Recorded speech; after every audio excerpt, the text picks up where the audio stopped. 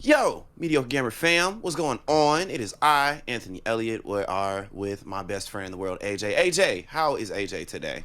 AJ is pretty good today. I'm a little tired, a little sluggish. Didn't get too much sleep last Mhm. night, but hey, we're trucking through. We're here. We're with the We are. family again. I can't be too sad. We How are are with you, the family. Anthony? I'm great. I'm great. I also have a caffeine addiction, so like being tired isn't like ever a problem for me. I'm always like I'm dragging right now, but that's because I had a nap, I had a long day. But yeah, no. I would encourage you to get on the caffeine train. I actually don't drink caffeine at all, unless it's like Oh yeah. unless I'm having like the occasional like Dr Pepper or something, But like I Okay. don't like no energy drinks, no coffee, no none of that. I actually like, Okay. purposely have always avoided. I've never really gotten in a kick, and I don't have any interest to start. But thank you. No, I'm proud of you for staying strong because again, like I've said it once, I'm gonna say it till it's not true. I would never personally do, but if it's anything like caffeine, I completely understand. But we are not here to talk about caffeine. This is a gaming podcast. Unfortunately, that sounds like a really fun combination. We're talking about Rise of the Ronin, and truthfully, the just the landmark that we have hit because we have hit an interesting landmark. Yeah, really a landmark of a series of unfinished games, and Rise of the Mhm. Ronin is, well, not like it doesn't, and granted it's not quite out yet, so we can't like speak too much on the quality, right? But Rise of the Ronin is released, my is it? friend. Is it? Oh my gosh, I didn't think it is. It's currently, yeah, no, it got released. I believe, timeout. Let me see when exactly Yeah. Rise of the Ronin released, because if I'm not mistaken, it came out the same day Yep. as Dragon's Dogma 2, You're right, it baby. did. You're right, it did. Yep. That's why I haven't heard anything about it, because Dragon's Dogma just stole that I thunder. mean, oh yeah, because Dragon's Dogma 2 is finished. Yeah, yes, absolutely. Well, and the thing is, so like, from what I've seen, like the gameplay's good. Like I don't want to trash too much on it. It's really the visuals, and it's not that. I mean, yeah, it does look outdated. It looks like a PS3, Xbox 360 era game, but there are just loads of visual bugs that are also in the game that lead to it being a technically unfinished product. Yeah, and then it's interesting because Team Ninja, this is new for Team Ninja. Mm-hmm. This is a new problem, right? I mean, they made Neo, they made Ninja Gaiden Black. They have a list, a laundry list of knockout out of the park finished games. And so for this game, granted, the combat apparently is immaculate. Apparently, they got the Souls-like combat, but it's very forgiving and it's an open world, not necessarily like Sekiro, closer to something like I guess Assassin's Creed 2, if you want to really just sit down and think about it. Yeah. It's closer to something like that, or any Assassin's Creed game, really. And plus, it has really interesting mechanics. Are they good? Do they work together? It depends on who you ask. But it has really interesting mechanics. Apparently, there's a really interesting kind of AI partner system, right? Where you kind of switch from your character to a character that you've like recruited into the fold, Mm-hmm. and you have to manage your relationship with them and your relationship with their respective faction. And so, the bond that you have with one character may not be as strong as it could be because you don't get along with their faction. So you can only do so much with them in combat. And if you want that to be better, you got to kind of submit what you believe a little bit and go with the faction. It's an interesting system. It's an interesting game, and also a very interesting case study because the screenshots and the videos I see are impressively bad. Yeah, yeah. I saw a video recently where there was just absolute massive amounts of stutter and pop in, and tons of that, which is kind of similar in a way to what we saw in Pokemon Scarlet and Violet, where there was Mhm. just ass loads of pop in and graphical errors, and it looked out of date. I mean, granted, Rise of the Ronin looks nicer than that game, but Barely. I'll give it barely. it does remind me of it. Really, Rise of the Ronin looks, and I've heard that a lot of the like some of the animations when you're playing are a little clunky. Like, yeah, they look stiff like when I Mhm. see them from a video perspective, but Right. playing versus watching a video, obviously, as a lot of us gamers know, way different. It's a way different Yeah. experience. It's hard to get a full scope in a video, and so I've heard from a lot of people that have played it, and at the time I thought they were reviewers. I didn't look too much into it, obviously, as I didn't know it was released. That it feels a bit stiff at times. The combat Mhm. does, and the movement. And then here's what's interesting, right? Because I'm gonna give Team Ninja credit because every version of the game is consistently bad. It's not like a Jedi was that Survivor or Fallen Order. It was Survivor. Well, the second one where the console game was apparently running halfway decent, and the Mm-hmm. PC version was actually dog water. It was trash. It was terrible. It was borderline unplayable. But on console, it ran fine, like Yeah. very fine actually. And that all comes down to optimization, right? I mean, Mhm. there are tons of games where you look at the PC port versus the console version, and like usually one is a bit better than the other in most cases. Now, I think there's a margin for error there. Like, it's Mhm. okay if one's like slightly better. I understand you optimized it for one. I get that. But it's when you have these large gaps in quality where it becomes a little like, I don't know about this. That seems a little unfinished. Yeah, yeah, and then not to pile up on Rise of the Ronin because Lord knows it's not the most recent, most egregious example of a game being just not done. I'm still mad to this day about how Cyberpunk released. I need you, AJ. Have I ever told this story on the podcast of my relationship with Cyberpunk 2077? Have I ever told you about I this? don't think so. Oh my goodness. Okay, so AJ, I want you to take this back, right? This was back when I stayed literally 5 minutes from my local mall, Mm-hmm. right? Literally just hop in the car, go down the street. It was E3, what was that, 2016, 2017? Yeah, somewhere in Keanu there. Reeves got on stage and was just like, oh, you're breathtaking. It was like, I gotta finish this. And it was just like pre-order available now. And Mm-hmm. mind you, when the pre-order was available, the game was coming out in September. My birthday's in September. And I was like, all right, great. So as soon as the whole E3 announcement was over, as soon as E3 was over, as far as the presentations, literally got up, drove my happy self down to my local GameStop, and I was like, hey, listen, Cyberpunk 2077, I need that pre-order like yesterday. And they're like, all right, great, you want to do the $5 or the whole thing? I'm like, the whole thing, what are you talking about? This game's gonna be incredible. And on PlayStation 4, this is important, this is an important thing to Yup. note, right? The game got delayed, what, another year, something like It got that, delayed and like I three was different like, times. yeah, I remember it coming out about a year later. I remember having to pick that my copy up from a different GameStop than I pre-ordered it because the other GameStop had closed. Um, and yeah, I picked it up and I was like, "Oh man, I'm so excited." Here's where I messed up. I didn't get the day one patch. I was traversing. I was doing things and I didn't get the day one patch. And I played it without the day one patch. And I need you to understand that the game fundamentally did not work. I wish I had footage of how bad this game was. I literally, no exaggeration, I fell through a building twice. And then when I loaded into an earlier save, before I fell through the building, the game spawned me back in under the building, but with none of my progress. It was weird. It was really, really weird. So the day one patch, while it helped, it still wasn't great. So I played it day one. Just like everyone else, we thought this was the next Skyrim, right? This is the next Hmm. big boy that everyone, even Hmm. non gamers, are going to hear about, which ended up being the case for They some heard about it. people. Yeah, but just not in the same not in the same way. Which Skyrim has its own Yeah. problems, and we can get to that here in a second. Um, but it really like I crashed. I could play for probably about 15 minutes straight on my PS4 before I'd crash. Like Oh, you still, had crashes with the patch? That's oh hilarious. yeah, crashes. Like vehicles are still like bouncing and like shooting up into the air Oh, randomly. yeah. Like That's oh, good. like visual glitches. Oh, it was horrible. It was an absolute mess. I mean, it really took them until what I mean, yes, it was fixed before Phantom Liberty came out, but when Phantom Liberty came out is finally when they were like, all right, this is the game we wanted to release. So they would have had to delay it another two Also, three years. quick caveat to the One. Phantom Liberty DLC. It's only available on current gen, and the game released not last gen. So if you have a copy of, hold up, wait, timeout. Do I have? Is my Yep, hold up.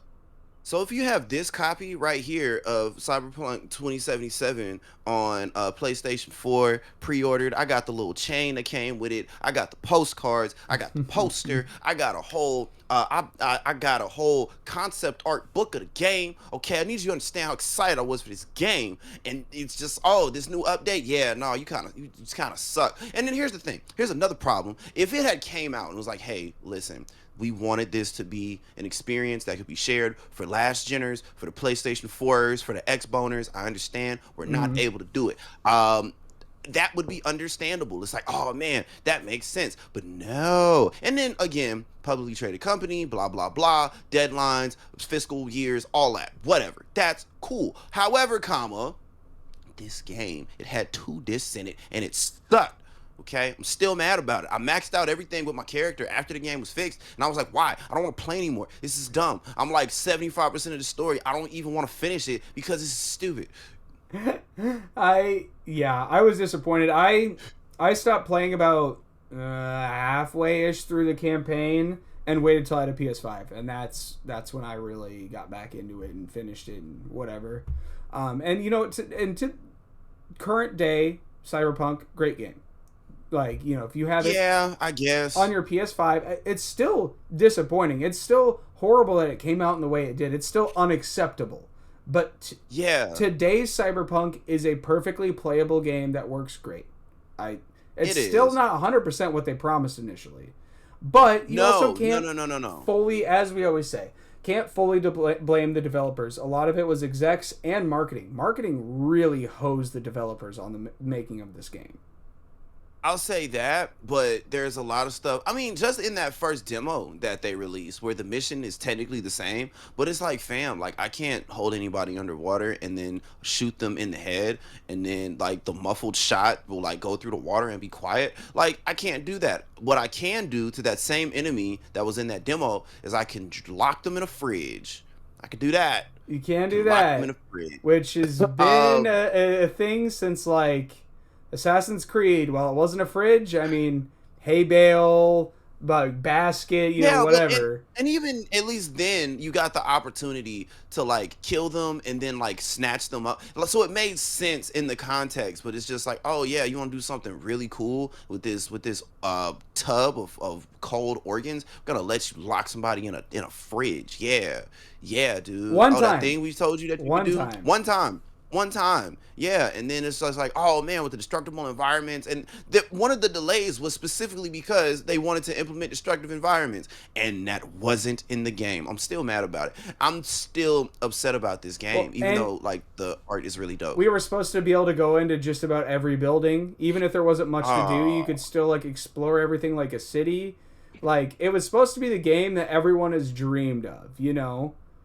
Yeah. And it's now just pretty much a first-person futuristic GTA in today's age. Yeah, I'm still mad at this game. I'm still mad. It's not the only unfinished game to come out even recently. I mean, Skyrim, when it first came out, like, again, Skyrim is like 15, almost 20 years old at this point in the game. My eye is leaking because of allergies. When it first came out, it was impressive for the time, but looking back at base Skyrim, it was kind of not finished. And especially in the PS3. The PS3 version is known to have a litany of issues, such as corrupted save files, exorbitantly long load times, different assets and whatnot not loading properly. It wasn't horrible, but it also wasn't great, especially when you compare it to the Xbox 360 or PC versions.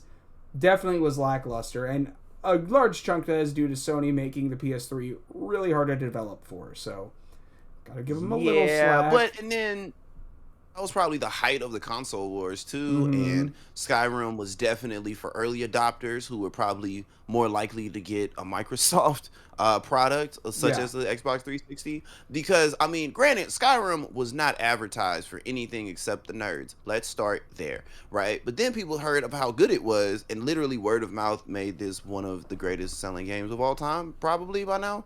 Absolutely. Well, and it's hard to even compare really, because there's just so many different versions. You can do the math, don't get me wrong, it's not impossible, but like, it's hard to get like an exact number on how much it's really sold with, anniversary, special edition, all this bullshit editions that they've released. A really bad example that's notorious. Sonic 06. Wow, we're going deep. Yeah, we're starting to go a little deep here. So this game was supposed to essentially be Sonic Adventure 3. Everyone in our generation, at least, loves Sonic Adventure 1 and 2. Those games are bangers. And Sonic 06 was supposed to be a modern take on it with beautiful graphics, new story, a new hedgehog from the future. Pretty cool. Was that Silver? Yeah, Silver. Yeah, Shadow Silver. Best hedgehog. They need to do more with him. He's underutilized. Anyways, Shadow's the best hedgehog. Are we really gonna have this argument? Oh, right now? I will die on this hill. Because he's telekinetic. Silver. He's telekinetic. What makes him the best? Silver is okay. I can't say like best, but like he is extremely underutilized and one of the coolest if he was used properly. Just because, yeah, like telekinetic. He's from the future. There's like a lot of like Blaze is also cool. Who's like his tails. Shadow Blaze. I want a solo. He could like levitate, all this stuff. I want a solo Silver game, kind of like how we got Shadow the Hedgehog, or at least get us like a Sonic Adventure 3 with Shadow, Sonic, and Silver as the three main characters, and we make a good story and good gameplay. I think it would do phenomenally. So I like Silver, and then we're gonna get to the game eventually. I like Silver a lot. I think he makes a great villain, right? I think he's an excellent addition to the Rogues Gallery. However, I think Shadow's objectively the best hedgehog because I don't think Shadow's ever technically lost in altercation. Sonic is, while he's very fast, has gotten his ass whooped like at least once. I would argue that. Well, because Sonic has whooped Shadow's ass, so in that instance, in that instance, Sonic is. If we want to go like, if we're talking like power scaling, I would say Sonic is ever so slightly. Shadow, because it is like the Vegeta Goku thing. Yeah, exactly. And like Shadow, yeah, he first used like chaos control to do his his thing to be the cool hedgehog, but then Sonic has shown to be able to do that too. So it's not exclusively a Shadow thing, and I'm sure Silver can too. We haven't seen it, but why wouldn't he be able we to? haven't seen Super Silver. That could be fun. Yes, we have. In 06. We've seen Super Silver? In 06, we see him. Oh, that's right. I blocked so much of that game out of my memory, AJ. And I don't blame you. I mean, with the long load times, the broken levels, the horribly designed levels, the rush story, I mean, there was so much that was cut, so much that was done wrong just for timelines. Like, with most of these unfinished games, it all comes down to timelines and being restricted, and developers just really doing all they can to make the best out of a shitty situation.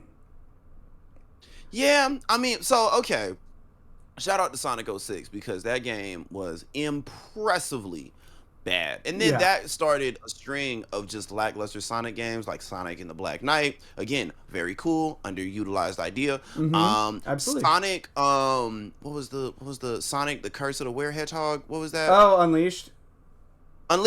There we go. Boom. How was that? How did Curse of the Were-Hedgehog get into my mind before Unleashed? But Sonic Unleashed was actually very fun because you had like the regular 3D Sonic we're kind of used to a little bit, but it was also with this weird kind of like combat system that actually worked very well. And that's also very cool. Like Sonic Unleashed Sonic is probably the best Sonic, or at least my favorite Sonic. It's one of the best. It started the current, besides actually, it started the 3D boost formula. Sonic Rush on the DS was technically the first boost formula Sonic game, but it was 2D. Technically, right? I mean, it didn't popularize it. It felt like a gimmick at the time. Whereas, for sure, Unleashed came out and everyone's like, yeah, this is the shit. But then you have that Werehog combat. But after Unleashed, you have Sonic Boom, Rise of Lyric. You have Sonic Lost World. There's there's Sonic Forces. It just kind of started this downhill trend, and now we have Frontiers that's hopefully going to get us back into the limelight a bit. Frontiers, I think, is a great step forward. It's not the game that the Sonic community needs. Well, it is the game they need, but like it's not the new adventure. It's not the new banger that people are going to remember for ages. But I think the next game, if we build upon what we've done here, can be. Yeah, no, 100%. Oh gosh, that voice crack was critical. Nobody look at me for a second. Yeah, no, it 100% could be. I'm excited for a Sonic Frontiers 2, which is weird because I haven't been excited for a Sonic game probably since Unleashed, which is terrible. But speaking of games that have gotten better, let's talk about one other game that has actually came out very bare bones and has since grown to something that is impressively big now.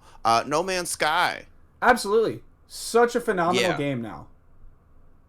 So good. You can literally just be your own space person. You can do whatever you want in space, basically. You could, if you want to be like a Han Solo type, a smuggler type, you want to just move contraband from one side of the universe to the other side of the universe, you can do that. You could also do that with a fleet of ships and just have a pirate army just at your disposal. You could Mm-hmm. also just be a farmer. You could just be a farmer on a random planet, minding your business, and that is the game. You can just make friends with everybody you meet. This is a part of the game you can do. It's bewildering, and to think that it came out and the combat was broken, everything about it was actually pretty bad. Yeah. But shout out Hello Games. They came out and they were like, listen, this isn't the game we wanted to release, but it's a game we had to release. If you stick with us, we'll stick with you. And they have, and they've built something that's beyond impressive. Absolutely. When it first came out, it was pretty much just a glorified spaceship flight simulator and mining simulator, really. I mean, there was not a whole lot that was sexy about the game, except for the concept, and that was about it. I mean, the trillion planets or whatever is really freaking cool. Like, that's an awesome idea. Very cool. And of course, they're going to be auto-generated. I mean, there's no way you could do that without that. But, and then, also, don't forget the lack of online. Even though it said it's online and it connects online, it didn't really have online. Like, there was tons of stuff that they now have fixed, and it's phenomenal.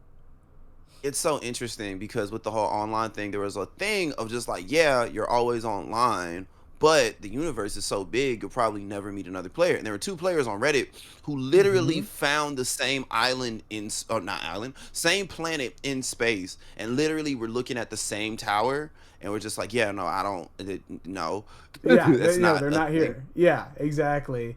So that was huge because it took a while for people to find out that it really wasn't like this massive online multiplayer game. It was Not they really. were almost I mean, you can turn it into that. you could, but they were almost deceiving at the beginning. I don't think it was intentional, but it definitely happened.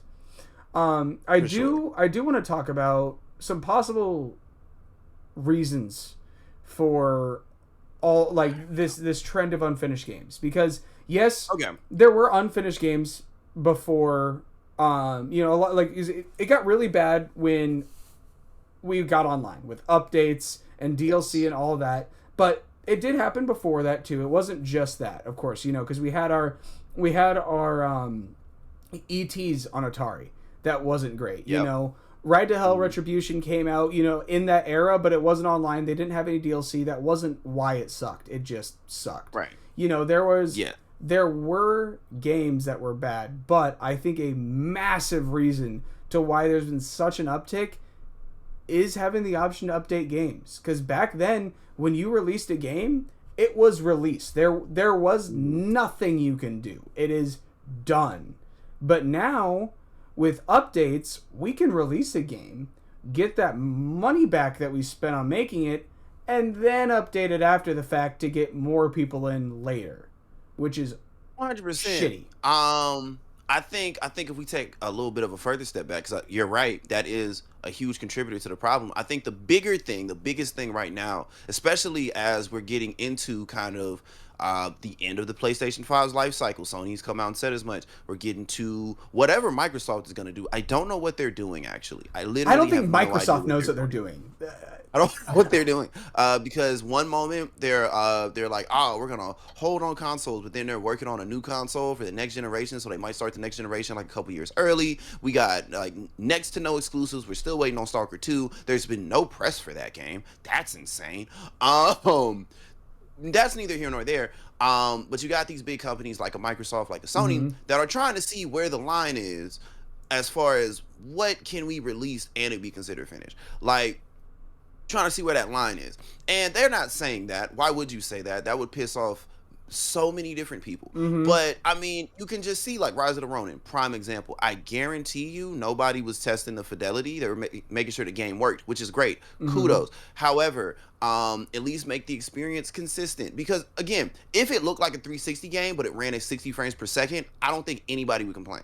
No, because like I said in the beginning, if you focus on gameplay over graphics, there's nothing wrong with that.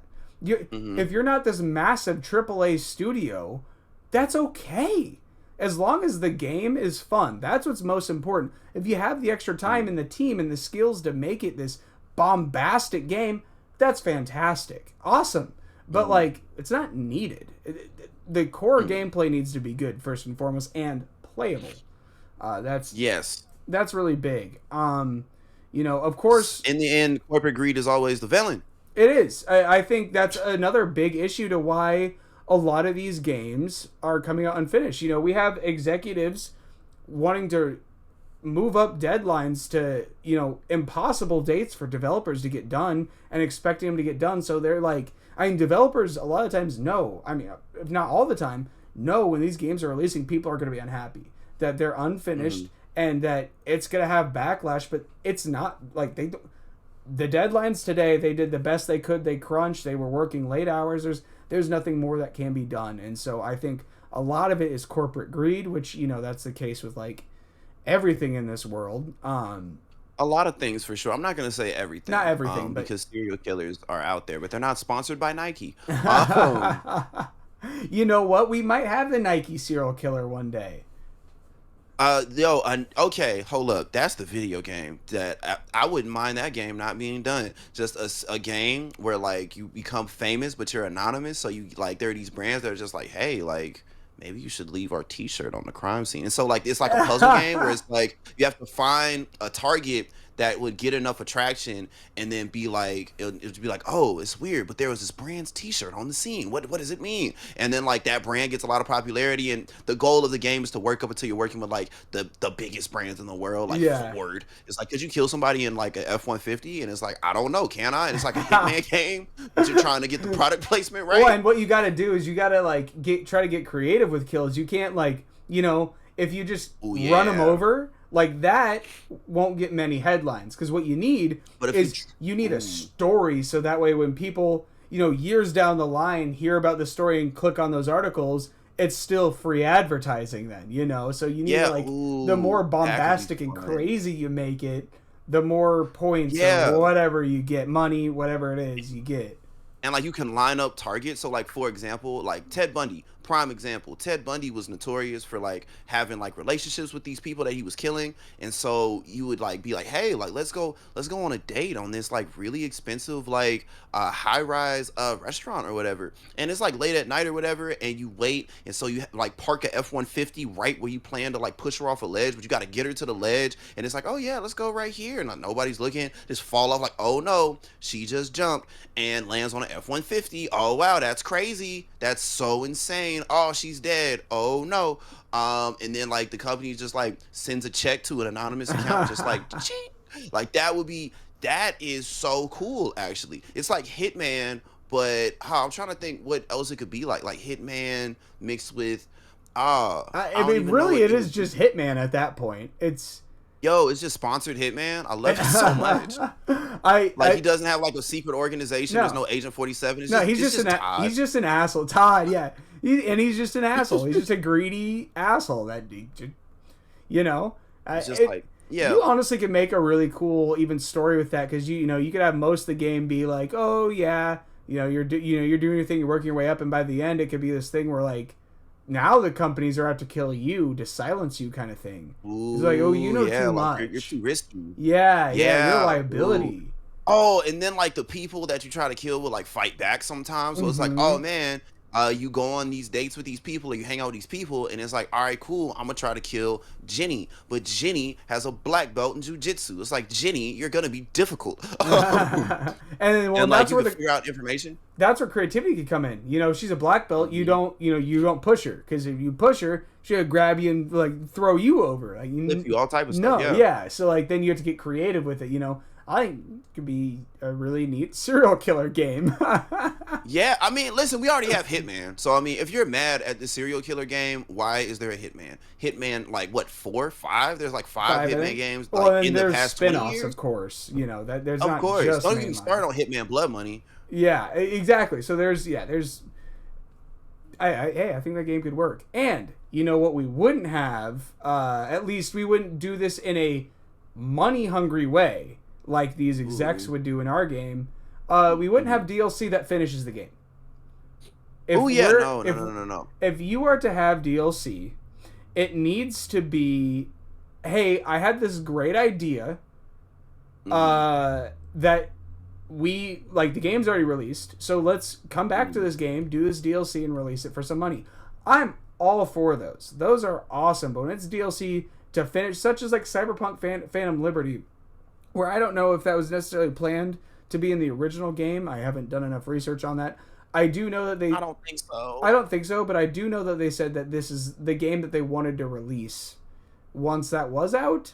And I know a lot of that is due to the update that they came out with. I do get that. So maybe this is not like the best example. I just don't have anything off the top of my head besides that. That where it's like it feels like they're trying to finish the game with this DLC. And I know there's other games. I mean, Suicide Squad's about to do that, where they're going to be finishing the game with their DLCs. I mean, there are quote unquote. Yeah. There are tons of games where it feels like they try to finish it after it's released and pulling people back in by making them spend more money to get what they originally intended on having. And it shouldn't be that way. And besides, there's only like a handful of games out of all the games that have released that have done that and it worked. Yeah, it's really rare. And, you know, of course, not all DLC is bad either. You know, there's tons of games like Borderlands, I think, does DLC really well. Where they, you know, they plan to do DLC from the get-go, and they're all very themed, and they all, like, go their own ways with their pretty much own, like, campaign with tons of new content, new maps, new guns, sometimes in some of the games, whole new classes and characters that then have to be reworked into the main story with voice acting and all that. Like, they put in tons of work, you know? Like, it's not to say that it doesn't happen. For sure. I've just been thinking of titles for our serial killer game. I'm sorry. I was thinking of Sponsored. I think Sponsored is good. Oh, that is good. Just like mysterious, but like perfectly describes it. So I think Sponsored works. That feels like a 2009-ish, you know, era like video game title. That's definitely the title and the plot of a PlayStation 2 game that never got made. Yeah. Like, PlayStation 2 doesn't get enough credit for just letting its creators just do shit. Like, there's a game where you play as a dog for no reason. Like, PlayStation 2 was the indie game space on Steam before the indie game space on Steam. Yeah, absolutely. Granted, we do have Stray now, which lets you play as a cat. But I get your sentiment. I mean, yeah, but Stray is like a guided experience through this sci-fi world where you play as a cat and you get these different perspectives on different things and you learn about the world, and it's kind of like Limbo in the sense of this really cool story told from this really small perspective. But like, I forget what the name of that PlayStation 2 game was, but literally it's like, yeah, no, you're just a dog. You're just a dog. Well, and then there's just do stuff. If you're talking about, you know, creative animal games, there is a new, which, you know, this is a lot more than just role playing as an animal. There's a Squirrel with a Gun that's coming out here soon. Oh yeah, I saw that. I saw that. It looked so cool. That looks. I was waiting on you awesome. to say either an Untitled Goose Game or Goat Simulator. Yeah, both of those. And well, Untitled Goose Game is more accurate to being a goose, just causing mischief, of course. Whereas Goat Simulator's more like just batshit crazy nonsense going on. Yeah, and I love it so much. I love it so much because it's the most video game that we've had in a very long time. Oh yeah, they just had fun making Goat Simulator 2 and Goat Simulator 3. I think Goat Simulator 3 is on the way now. But yeah, the first Goat Simulator was special. The second one was objectively insane, and it was good. It was very good. And so hopefully Goat Simulator 3, I hope it's not like a Mercenaries 2 situation where it's like it's all this stuff but like nothing improved. So yeah. Yes, we'll have to wait and see. Hopefully it comes out finished. Hopefully. I'm excited. Well, and the thing is with Goat Simulator, it's one of those games where even if it is a bit unfinished, it almost still feels finished just because it's intentional jank, right? Yes. I have a quote to finish us off here, but before I say that, Anthony, do you have anything else to really touch on this subject before we start wrapping up? While you touched on the topic of DLC, and you know this, the family knows this, I'm a huge fan of Dragon's Dogma 2, and Dragon's Dogma 2 actually does have DLC, and it's very interesting because they sell in-game currency and in-game things that you earn through playing, which ultimately would make the experience easier. Here's something very interesting about these in-game purchases. You only get 5. Like, you can only buy 5. Like, so for example, if you need 5, or you just want like, oh man, these $3 like teleportation stones. That's just $3. So I'm gonna just boom. I'm gonna get like 5 of them. That's $15. Boom. You buy that. You can't buy any more things. You only get 5 things to buy. Oh yes, I did hear about this throughout your whole playthrough. I mean, you Mm-hmm. can again in your next one, but yeah, yeah, it's interesting. I get it. It's to push not fast traveling and not paying to win essentially, which is funny Right. because everyone is shitting on the game due to their crazy microtransactions. Which if you look at Capcom's recent games, it's been the same story. They've been doing that. But with Dragon's Dogma, it's actually not that crazy. It's not. Oh, it's really not. I think people are overreacting 100%. It is. There's way worse monetization. Well, granted, it's not great. I'm not gonna say it's good, but it's only blowing up this big because it's Capcom's biggest game in a little while. Like that's mainstream, right? Of course, RE4 100%. huge, right? But like that's not like mainstream where it has like people that don't care about Capcom coming in, right? Like only Resident Evil fans Right. are really hopping in on that. Maybe some new ones, but like mainly, their core base. You have a bunch of new people coming in thinking this is like the next Skyrim, and they're like, what the fuck is this shit? And I get that to a degree, but at the same time, like, they're not doing anything different, so I don't really have a problem with it. I think people are being crazy. And it's not even predatory, but yes, that is all. And then one quick question, and then I'll let you say the quote. I'm not trying to hog all the time. No, you're good. Did you play Dragon's Dogma 2? You can say no. No, I have not. I haven't touched it. Okay. I did start Elden Ring. Okay. What? You hate things that are scary in Souls-like games. You started the ultimate Souls-like game? I did. Well, granted, like, it's a Souls-like that can be... It diverts, of course, because it's not linear. It is open world, and I do enjoy exploring and all that, and so I don't care for the dodge roll kind of combat, so I went a mage route, which is a little tougher from the get-go, just because you're not really geared, you don't have a whole lot of FP, I think is what it's called. I don't... Yeah. I haven't played too much. Okay, you'll figure it out, and you're going to get good, so it's yeah, going to be all right. Yeah, I mean, hey, I grinded a bit. I played a day, and I beat Margaret first try, so that was pretty cool. You must have grinded for a minute. That was only in one day of playing, one Sunday. Okay.